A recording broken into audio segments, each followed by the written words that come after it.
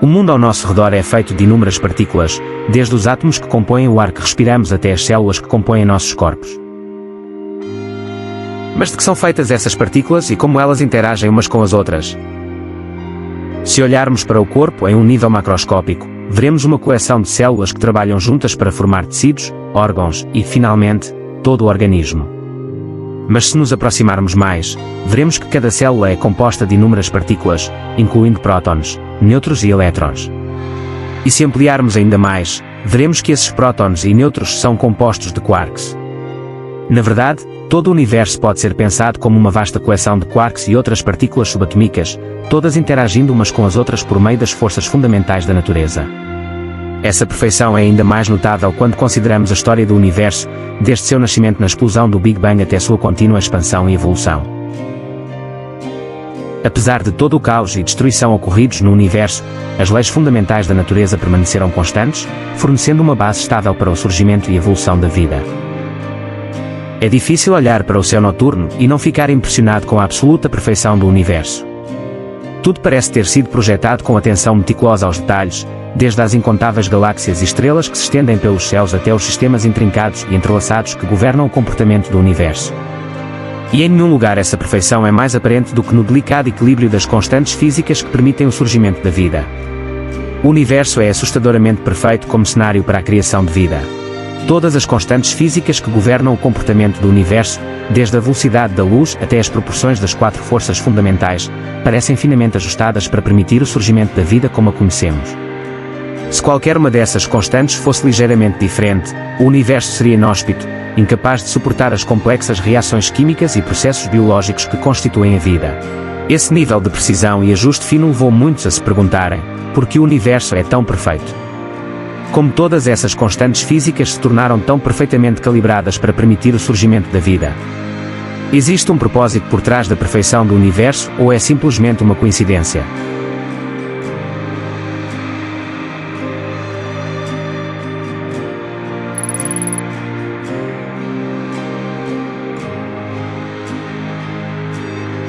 Ao mesmo tempo, as pessoas ao redor do mundo acreditavam que o universo consistia em uma terra plana cercada pelo Sol, a Lua e as estrelas. Com o tempo, os astrónomos antigos perceberam que algumas estrelas não se moviam como as demais e começaram a entender que alguns desses objetos eram planetas. Com o tempo, os astrónomos também começaram a entender que a Terra era realmente redonda e apresentaram explicações racionalizadas para o comportamento de outros corpos celestes.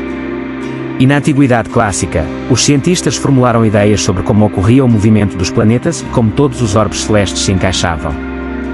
Por cerca de 1400 anos, a humanidade acreditou que a Terra estava no centro de tudo, com o Sol, a Lua, os planetas e as estrelas girando em torno da Terra. Que é o que chamamos de modelo geocêntrico do universo. Um astrónomo chamado Eudoxus criou o primeiro modelo de um universo geocêntrico por volta de 380 AC. Esse modelo geocêntrico do universo foi a visão predominante durante grande parte da história humana, mas não foi isento de problemas. Astrónomos antigos notaram que alguns dos planetas pareciam se mover para trás no céu em determinados momentos, um fenómeno conhecido como movimento retrógrado. Para explicar isso, eles criaram modelos cada vez mais complexos envolvendo esferas de cristal e pequenos círculos. Esta teoria foi posteriormente refinada por Ptolomeu. Ptolomeu argumentou que a Terra era uma esfera no centro do universo, a partir da simples observação de que metade das estrelas estava acima do horizonte e metade abaixo do horizonte a qualquer momento, e a suposição de que as estrelas estavam todas a uma distância modesta do centro do universo. Se a Terra fosse substancialmente deslocada do centro, essa divisão em estrelas visíveis e invisíveis não seria igual. Mas no século XVI, um matemático e astrónomo polonês chamado Nicolau Copérnico apresentou um modelo de universo radicalmente diferente. Seu modelo heliocêntrico colocava o Sol no centro do Sistema Solar, com a Terra e outros planetas orbitando ao seu redor. Demorou algum tempo para que as ideias de Copérnico ganhassem ampla aceitação, pois desafiavam crenças antigas e iam contra a autoridade estabelecida da Igreja Católica. Mas, com o tempo, as observações de Galileu e outros ajudaram a confirmar o modelo heliocêntrico, que gradualmente se tornou a visão predominante na comunidade científica. O século XX trouxe grandes avanços em tecnologia e nossa capacidade de estudar o universo. Enquanto os astrónomos perscrutavam os céus com telescópios cada vez maiores, ficou claro que o Sol é apenas uma das bilhões de estrelas dentro de nossa galáxia, a Via Láctea. E a Via Láctea, por sua vez, É apenas uma das potencialmente trilhões de galáxias no universo observável. Mas a percepção de que somos apenas uma pequena parte de um universo vasto e expansivo não parou por aí. Com o trabalho de cientistas como Edwin Hubble, aprendemos que o universo não é apenas vasto, mas também está em expansão. Isso levou ao desenvolvimento da teoria do Big Bang, que afirma que o universo começou com uma enorme explosão há 13,8 bilhões de anos. Todas essas descobertas nos levaram a fazer a pergunta: somos especiais no universo? A resposta, ao que parece, é sim e não. Por um lado, somos apenas uma espécie em um planeta em um universo vasto e em constante expansão. Mas, por outro lado, as condições que permitiram nossa existência são incrivelmente específicas e raras. Da inclinação do eixo da Terra ao posicionamento preciso da Lua, nosso planeta e seu ambiente circundante são perfeitamente adequados para a vida como a conhecemos. Às vezes, você só pode recorrer ao mais básico dos pressupostos, que, no entanto, o universo pode se comportar. Ele se comportou de uma forma que lhe permitiu dar origem a observadores inteligentes como nós. Essa linha de pensamento é conhecida como princípio antrópico. Ninguém duvida que o universo existe, que obedece a leis fundamentais, e que como tudo neste universo também obedece a essas mesmas regras. Surgimos naturalmente e, portanto, o universo deve ter propriedades que pelo menos tornem possível, se não obrigatório, o surgimento de observadores vivos e inteligentes como nós. O princípio antrópico surgiu em 1973, quando o físico Brandon Carter fez as duas afirmações a seguir. Devemos estar preparados para levar em conta que nossa localização no universo é necessariamente privilegiada a ponto de ser compatível com nossa existência como observadores. O universo e, portanto, os parâmetros fundamentais dos quais ele depende devem admitir a criação de observadores dentro dele em algum estágio. A primeira afirmação é agora conhecida como o princípio antrópico fraco, que simplesmente afirma que o universo deve ser tal que poderíamos ter surgido dentro dele. O segundo é chamado de princípio antrópico forte, que afirma que se ninguém surgisse no universo, nunca estaríamos aqui investigando. No entanto, essas interpretações do princípio antrópico falham em reconhecer que a probabilidade não é um objetivo absoluto, mas sim relativa a um conjunto de condições específicas. Uma vez que todas as condições são estabelecidas, a probabilidade de um evento ocorrer torna-se 1 ou 0. Portanto, a existência de vida não implica que o universo seja perfeito. Além disso, confiar apenas no princípio antrópico para explicar a perfeição do universo ignora o objetivo fundamental da ciência, ou seja, entender os processos naturais que moldaram nosso universo. A investigação científica visa desvendar os mecanismos que levaram ao estado atual do universo e não usar argumentos antrópicos para explicar suas propriedades. O princípio antrópico é um ponto de partida útil para explorar as restrições nas propriedades do nosso universo. Ainda assim, não é uma explicação científica completa por si só. Mas onde isso nos deixa?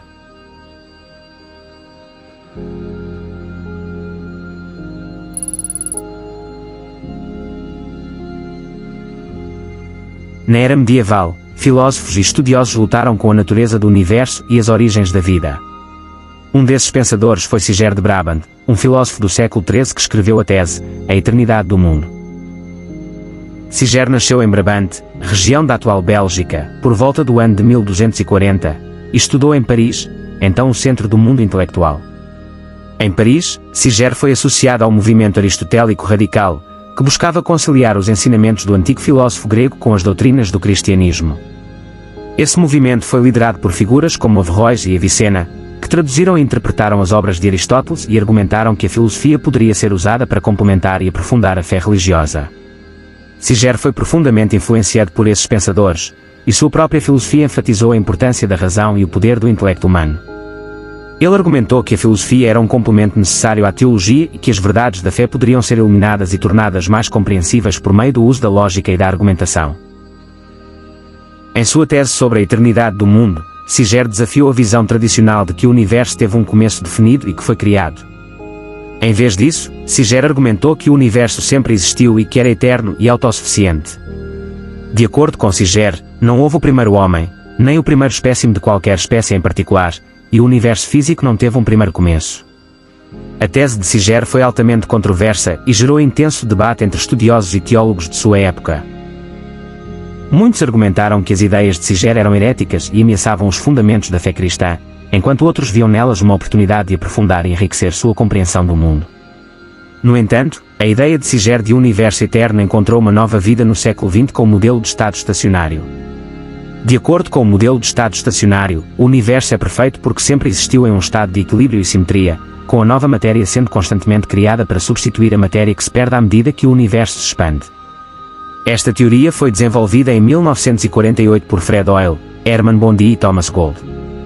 Foi fundada no que hoje é conhecido como o princípio cosmológico perfeito, que levantou a hipótese de que o universo não era apenas o mesmo, em média, em todo o espaço, mas também no tempo. Que não importa quando você olhasse para o universo, em média, você sempre veria a mesma coisa.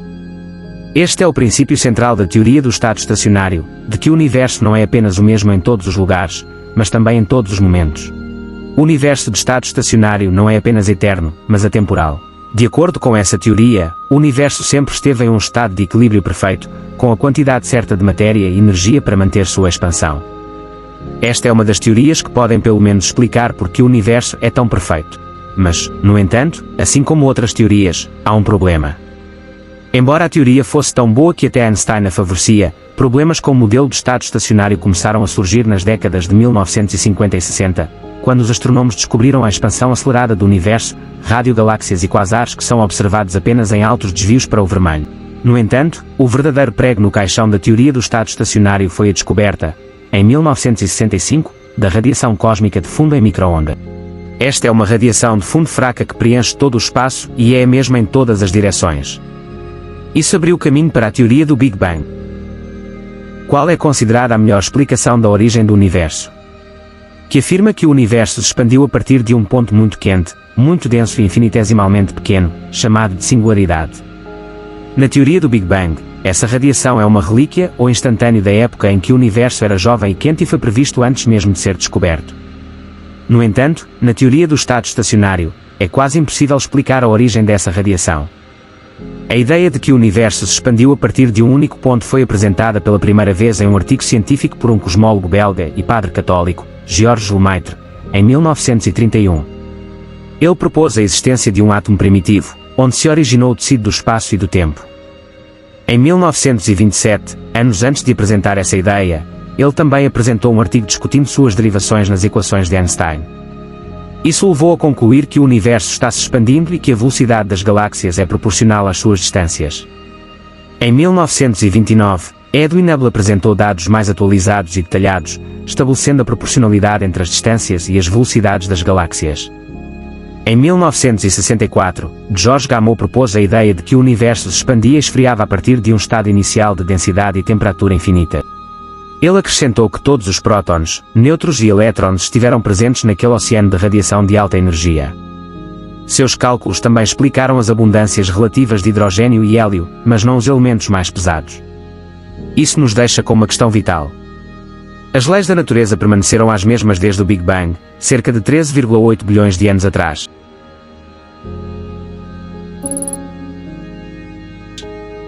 No século IV, Aristóteles argumentou que um dos principais objetivos da física era o estudo da mudança.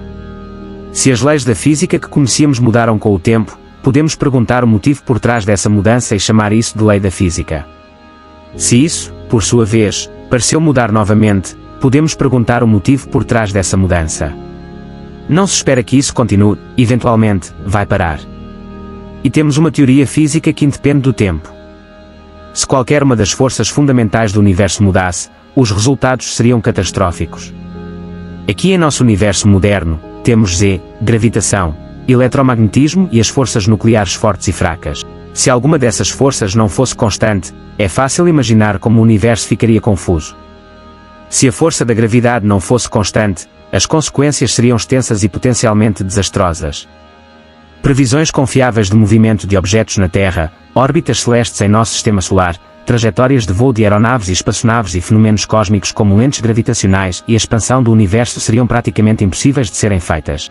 A mesma coisa vale para a força eletromagnética. Se não fosse constante, os elétrons em órbita ao redor dos núcleos atômicos veriam seus orbitais e níveis de energia mudarem, e as propriedades de ligação entre os elétrons em diferentes átomos se tornariam altamente incertas. Em outras palavras, cada molécula do universo, se a força eletromagnética mudasse, alteraria suas propriedades de maneira fundamental. Se isso acontecesse onde existem entidades como seres humanos, seríamos imediatamente lançados em uma configuração insustentável. Se ocorresse na Terra, a vida chegaria imediatamente ao fim. E se as forças nucleares fortes ou fracas mudassem, isso traria um nível de catástrofe que seria rápido e severo, deixando pouco tempo para compreendermos o que estava acontecendo. Núcleos atômicos estáveis sofreriam de decaimento espontâneo, liberando uma quantidade enorme de energia à medida que mudavam para uma configuração mais estável. Os átomos ligados seriam despojados de seus elétrons e transformados em partículas ionizadas, resultando na criação de um universo de plasma na região afetada. As consequências de tal interrupção nas forças nucleares fundamentais seriam tão profundas que seria impossível compreender totalmente a escala da devastação que resultaria. Nosso universo deve ter nascido com pedaços, mas se fosse diferente disso, as massas desses pedaços teriam sido muito diferentes. Se fosse muito menor, não haveria nenhuma estrutura. Muito maior, e poderíamos ter um universo catastroficamente cheio de buracos negros desde muito, muito cedo. Para nos dar o universo, precisamos de uma combinação extremamente fortuita de circunstâncias e, para nossa sorte, aquela que nos foi dada parece ser a certa. Acontece que vivemos em um universo que suporta a vida porque, se não o fizéssemos, não estaríamos aqui para nos perguntar sobre isso. Mas e se o ajuste fino do nosso universo não for notável porque existem inúmeros outros universos que têm diferentes constantes físicas e leis da natureza?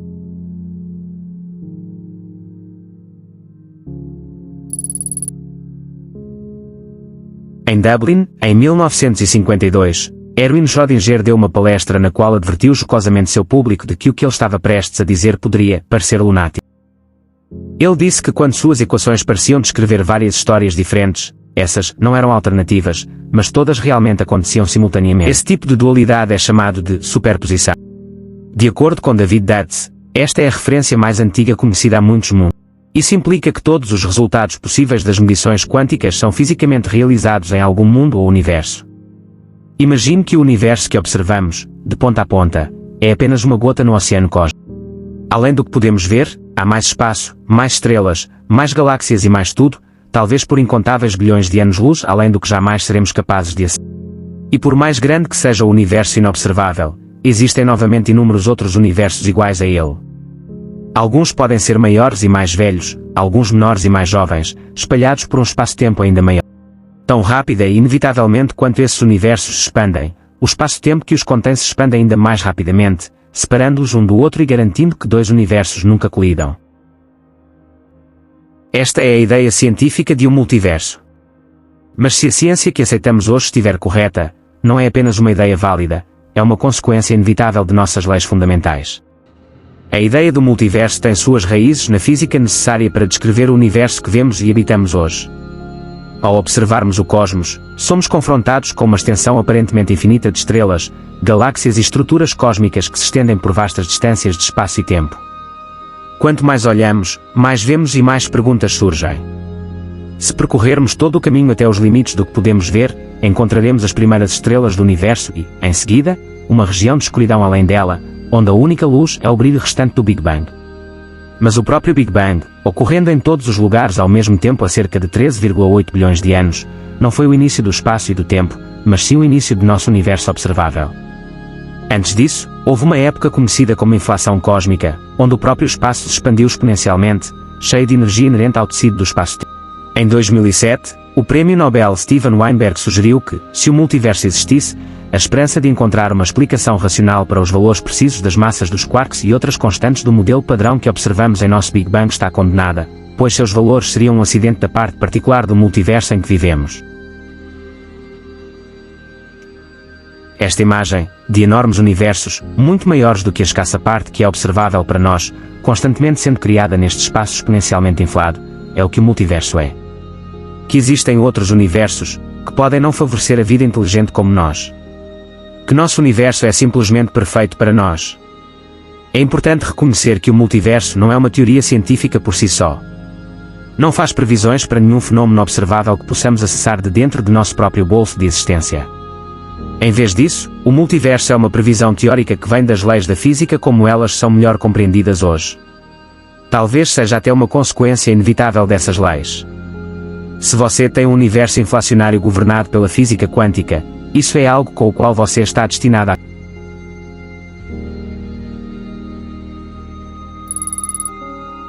acabar. Em 1913, Lawrence Joseph Anderson fez uma contribuição significativa para o estudo do ajuste fino do universo com seu livro The Fitness of the Environment.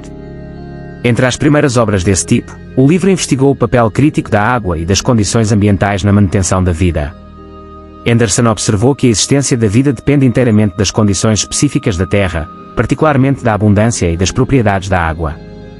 Com base nessa base, o físico Robert H. Dicke postulou em 1961 que as forças físicas do universo, incluindo eletromagnetismo e gravidade, devem ser ajustadas para permitir que a vida prospere. Da mesma forma, em seu livro de 1984, The Intelligent Universe, Fred Hoyle argumentou que numerosos fenômenos não biológicos pareciam ser essenciais para a existência de formas de vida baseadas em carbono, como os humanos. Como Hoyle colocou, a lista de propriedades antrópicas, acidentes aparentes de natureza não biológica sem os quais a vida baseada em carbono, portanto, humana não poderia existir, é grande e impressionante.